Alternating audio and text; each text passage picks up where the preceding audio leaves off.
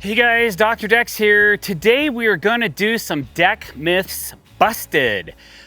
We have a list of myths that we've accumulated on the internet and through urban legend, and we just want to talk about them a little bit and go over why and how they became or originated and what we think of those myths, and give you our professional opinion on why they are maybe not necessarily true anymore with today's building techniques and practices. All right, so the first one we got is one that says, if you use these special milled boards with these grooves up, it's going to improve your slip resistance and it's much better safety-wise for your decking. Well, okay, let's get something straight. I mean, most decks are still built out of traditional wood materials, but a professional deck builder, a lot of the professional deck builders I know are using man-made products nowadays. So I use a lot of product made by a company called TimberTech, and this is called AZEK. It does have a texture to it for gripability, but it's not super deep. The wood I'm referring to, they used to scallop deck boards and say, oh, put these up because you'll really have improved traction. It's really better for the wood. But what it does is it actually holds moisture and it decays quicker because there's nowhere for the water to run off. It just sits in those little traps, we'll call them, and there's several of those. And most of those decks that we've torn out, there's no slip resistance benefit to having a board like that. You're better off having a PVC deck board that when it gets wet, it actually grabs your feet better than it does when it's dry. I think that myth is busted. I don't know any manufacturer today, any mill that's commercially making a deck board that has a textured surface on it. Now there might be some that claim for stair treads, you know, we have this special board that we cross hatch in or something like that.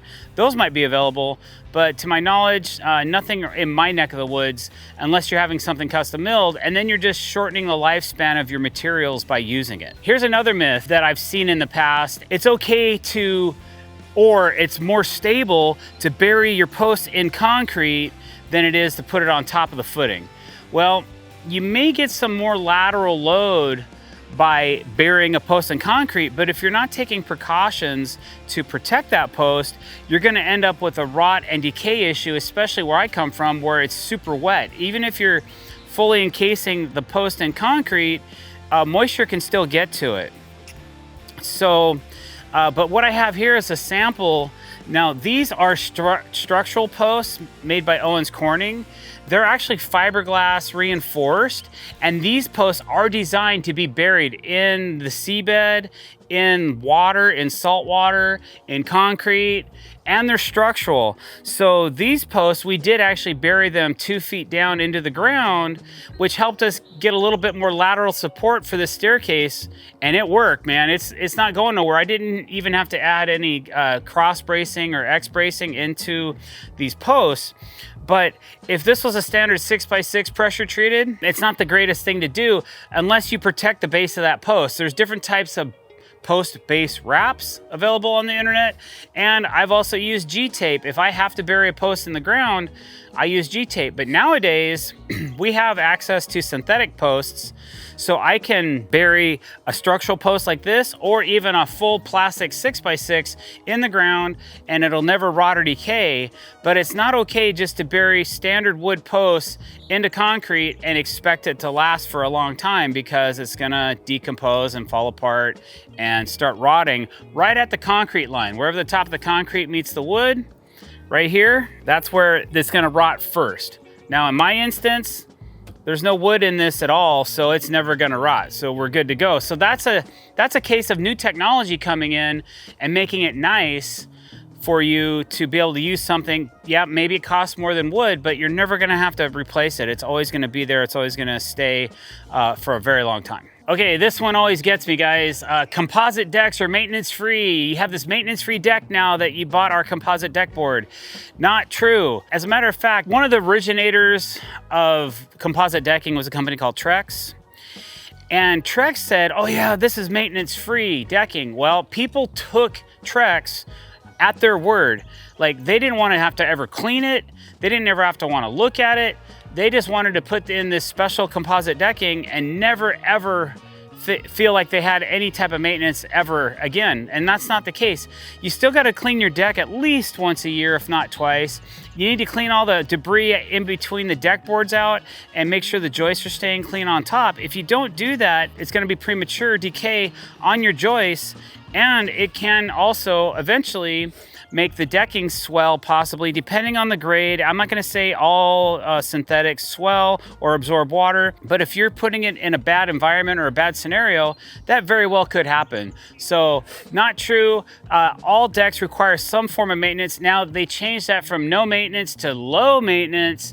Now you got a winner, because that's what you have, is low maintenance. You're buying this material because it's very low maintenance. It looks beautiful year after year, but it doesn't take a lot of maintenance to upkeep it, but you still got to clean the mold and mildew off of it, because moss will grow on anything. It'll grow on glass. I've seen it on cars, you know. It's like it'll adhere to a painted surface.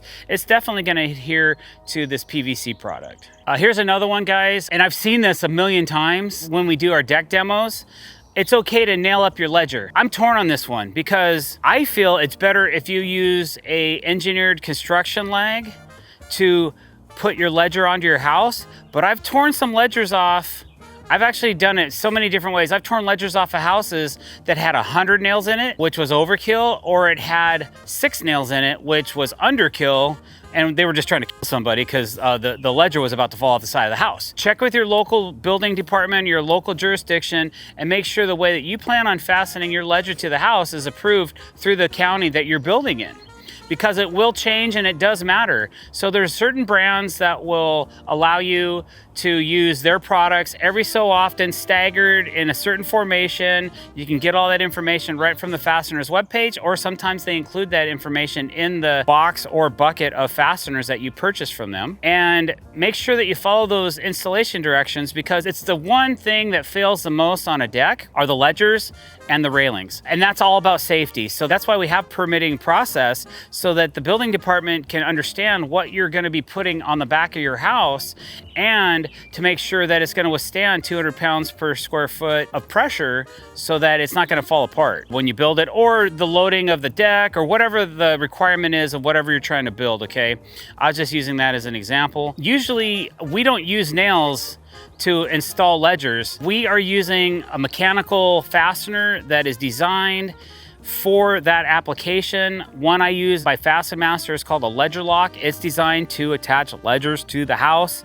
We stagger them every 8, 6, 8, 10 inches, depends on the size of the joist, the span of the joist, the tributary load of the deck, a bunch of other stuff that I'm not gonna get into right now. Just if you're not sure how to space those or how many to put in, check with your local engineer, hire a guy, pay him a couple $100 for the calculations, then everybody's happy. It's a win-win-win. Use more than nails to attach your ledger to the house. Here's one that can apply to you, but may not, depending on where you're building your deck.